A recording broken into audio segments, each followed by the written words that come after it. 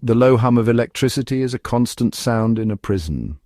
When the lights go out, the real monsters don't hide under beds, they break out of their cages. Thousands of Britain's most dangerous men, locked up for murder, rape, torture, are suddenly loose. No guards, no power, no mercy. They've spent years planning, watching, hating. And now, in the chaos of collapse, they're coming through the cracks. This isn't a movie, it's not a nightmare you wake up from. It's what happens when the prison system collapses and the UK becomes the setting of the worst horror film you'll ever live through. Society falls. The gates swing open, and what comes out will haunt Britain forever. It powers the lights, the locks, and the cameras. It is the invisible force that maintains order. But what happens when that force disappears? Imagine a cold London night. Inside HMP Pentonville, one of Britain's oldest and most crowded prisons, the time is nearly midnight. The air is still. Then, without any warning, the hum stops. The lights snap off. The entire prison is plunged into absolute suffocating darkness. In that single moment, everything changes. The familiar world of routine and control vanishes, replaced by a terrifying silence that is quickly broken by the sounds of chaos. From the deepest parts of the cell blocks, shouts of confusion and anger begin to echo. Prisoners rattle their metal doors, the sound like thunder in the enclosed space. Guards, caught completely by surprise, fumble for their torches, their beams cutting nervously through the blackness.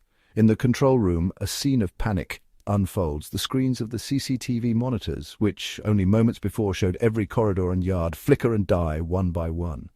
An officer's voice crackles over the radio, filled with rising dread. "Control, we've lost all power. The generators are not kicking in. I repeat, we have no backup." The message hangs in the air, a confirmation of their worst fears. The distant wail of sirens can be heard from the city outside, but they soon fade. The blackout is not just in the prison, it is everywhere. On the outside, London is dark, but inside these high walls, a unique and terrifying nightmare is just beginning. The steel gates and reinforced doors were built to contain violence. Now, they are trapping hundreds of frightened and angry men with a handful of officers in the dark. The emergency beacons on the perimeter fence flash a weak, desperate red, and then they too go out. There are no lights, there are no communications. There is only the growing certainty that help is not coming. This is a scenario that few people ever dare to consider. When the systems that hold society together collapse, what happens to the places built to contain its most dangerous elements? What becomes of the United Kingdom's vast prison system when the proverbial fan is hit? This is not just a question of a power outage. It is a question of survival. It's about what happens when the people we lock away are suddenly left to their own devices, cut off from the world. Tonight we will explore this chilling possibility. We will peel back the layers of a system on the brink.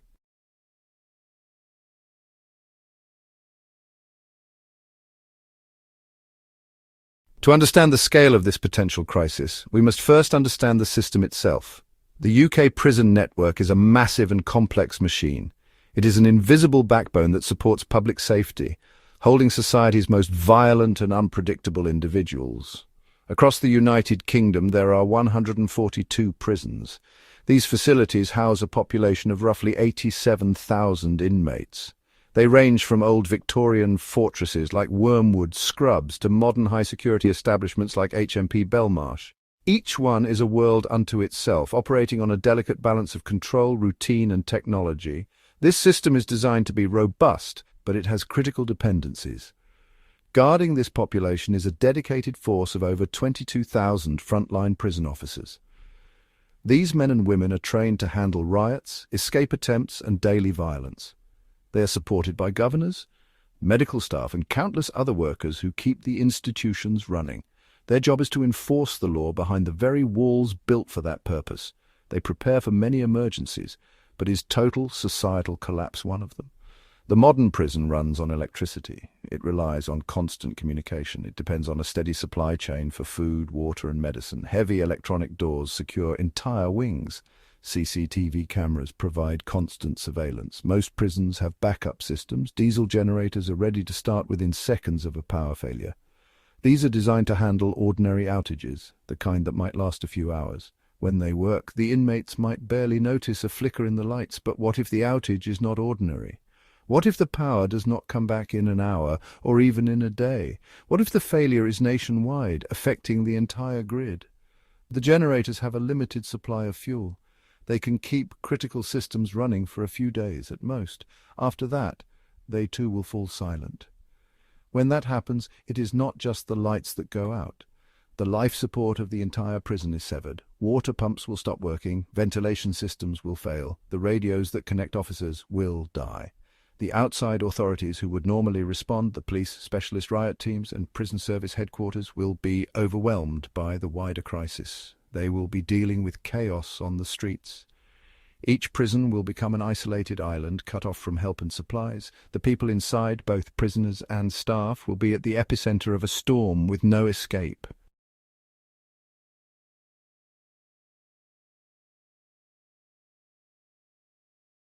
Every UK prison is a fortress built for control and containment. But these fortresses are fragile, relying on constant power, water and supplies. Electricity powers gates, locks, cameras, kitchens and medical units. Backup generators only last days without fuel. Water and sanitation fail soon after. Food spoils, supplies run out, and the fortress crumbles from within.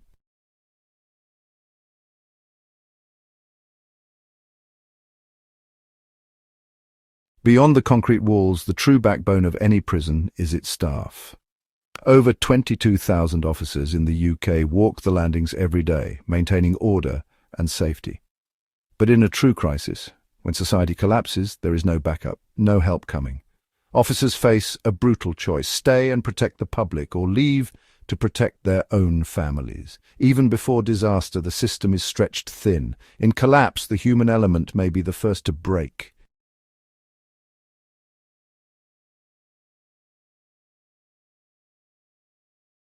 When prison systems fail, the consequences are catastrophic. Hurricane Katrina left inmates trapped in flooded cells, abandoned by staff. At San Quentin, a blackout exposed how quickly order collapses when power and communication go down. Imagine this across every UK prison for days. Power, water, food and staff vanish, leaving chaos. The fortress isn't breached from outside, it rots from within, and the most ruthless seize control.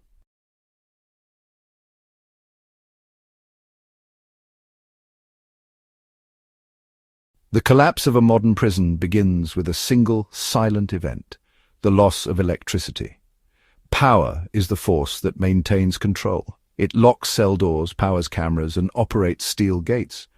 When the grid fails, backup generators offer a fragile lifeline, but their fuel is limited. As darkness spreads, technology dies, and the prison becomes a collection of isolated, dangerous zones. The first domino has fallen, and chaos begins.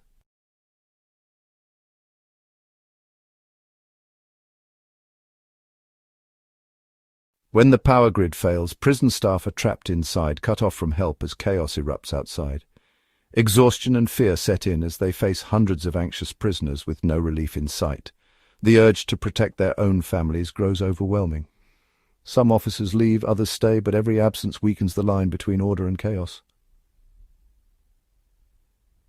In the end, the thin line of law and order begins to break.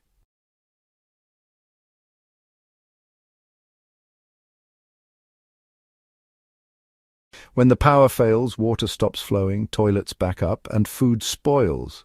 Inmates fight over dwindling rations, and medical care collapses as medicines spoil and staff vanish. Every hour without water, food or medicine pushes the prison closer to chaos. Desperation takes over. Prisoners riot, smash doors, and attack guards not just to escape, but to survive. The fortress becomes a death trap, and the fight for life begins.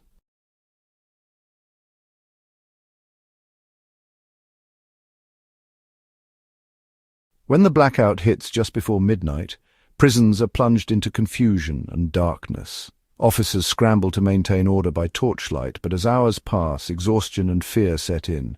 The day shift never arrives.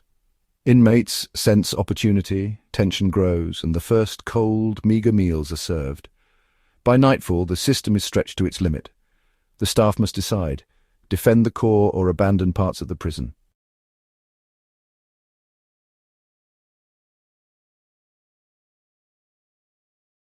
On the second day, the cracks appear. Sanitation fails, the stench grows and tempers flare.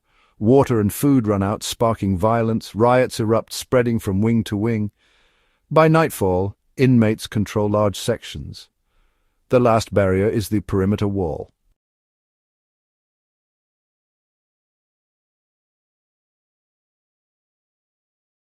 By day 3, prisons become isolated islands of chaos. Gangs openly rule, hoarding food and weapons, settling old scores with violence. Staff, now besieged, either barricade themselves or flee, abandoning all control. Inmates seize tools and attack the perimeter. Fences are cut, gates smashed, walls battered. Smoke and sirens warn the outside world. The fortress is falling, and its dangers are about to spill out. The countdown to chaos is over. The consequences are about to begin.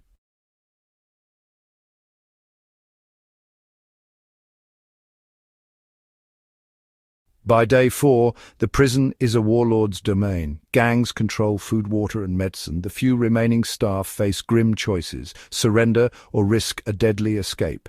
Inmates work relentlessly to breach the walls using stolen tools and vehicles.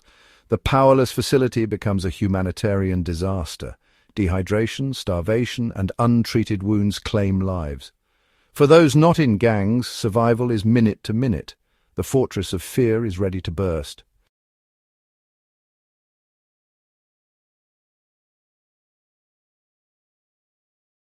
On day 5, the walls finally fall. Hundreds of inmates, petty criminals and violent offenders alike, flood into the powerless world. Immediate violence erupts. Homes are invaded, cars hijacked, communities terrorized. Some gangs use the chaos to regroup and seize territory, forming armed militias. Authorities, overwhelmed, can only warn citizens to defend themselves. The prisoners are free and chaos reigns.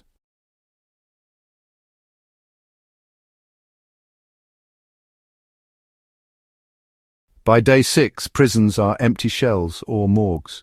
Thousands of escapees roam the country, turning every community into a potential target. Ordinary people must now defend themselves against predators skilled in violence. The social contract is shattered, trust in government protection is gone. Communities arm themselves, fortifying homes and forming watches. The predators are loose and everyone is now part of the food chain.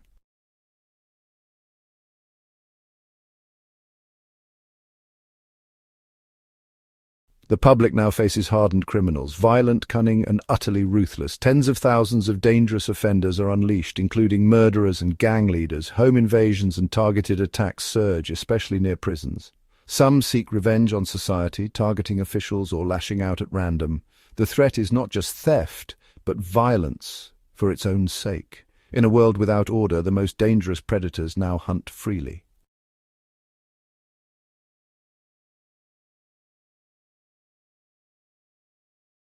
The release of thousands of prisoners creates a ripple effect of violence, destabilizing entire communities. Desperate crimes quickly evolve into organized gangs, seizing control of resources and enforcing their own brutal rule. Turf wars erupt, and ordinary families are caught in the crossfire.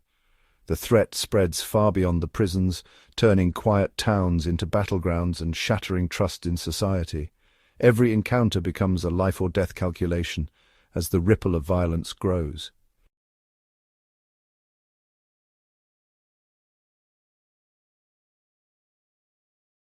In a long-term collapse, chaos breeds warlords, charismatic, ruthless leaders rising from prison to seize power. They command militias, control resources, and enforce brutal rule over terrified citizens. For ordinary people, life becomes a nightmare of oppression and fear. This is the birth of a new, dark age, ruled by the monster society once locked away.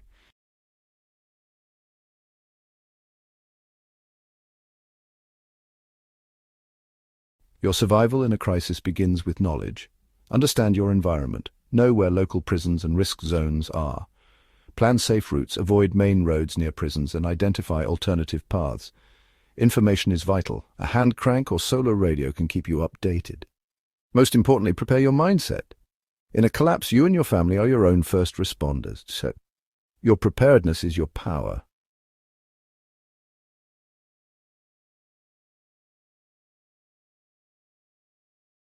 When society breaks down, your home becomes your fortress. Its defense is your top priority. Take practical steps, reinforce doors, install quality deadbolts, and secure windows with film or plywood. Make your home look harder to breach than your neighbors. Keep the yard clear, trim bushes, and remove anything that could help an intruder. Have a plan. Designate a safe room with supplies and communication. Stay calm, retreat if needed, and protect your family.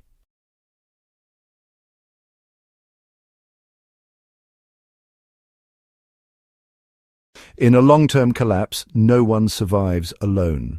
The lone wolf is a myth. Your greatest asset is a network of trusted neighbors. Work together to multiply your security and resources. Get to know your neighbors and their skills. Nurse, mechanic, veteran. Share resources, create a simple plan, and watch out for each other.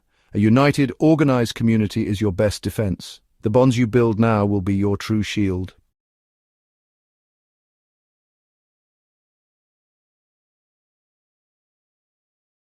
The collapse of the UK prison system reveals a harsh truth. Our safety is tied to the stability of these institutions. The walls and locks create an illusion of separation, but that barrier is fragile.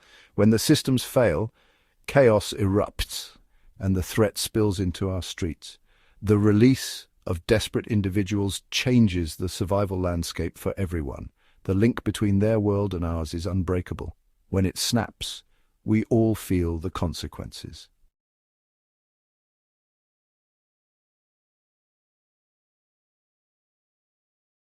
The purpose of this deep dive has not been to incite fear, but to foster a powerful sense of awareness and readiness. Paranoia is a state of irrational fear. Preparation, on the other hand, is the rational response to a credible threat. The possibility of a full societal collapse may seem remote, but the vulnerabilities we have exposed within the prison system are very real. They exist today, a latent weakness waiting for the right catalyst. To ignore them is to gamble with your safety and the safety of your family. True preparedness means looking at the worst-case scenarios, not with anxiety, but with a clear and analytical eye, so that you can take logical steps to mitigate the risks. The practical advice offered here, understanding your local risks, fortifying your home, and building a resilient community, is not just for a prison break scenario. These are foundational principles of preparedness that will serve you in any major crisis, from a natural disaster to civil unrest. Making your home a harder target and knowing your neighbors are not extreme measures. They are the bedrock of personal security and community resilience. They are the actions that transform a potential victim into a survivor, someone who is an asset to their community rather than a liability.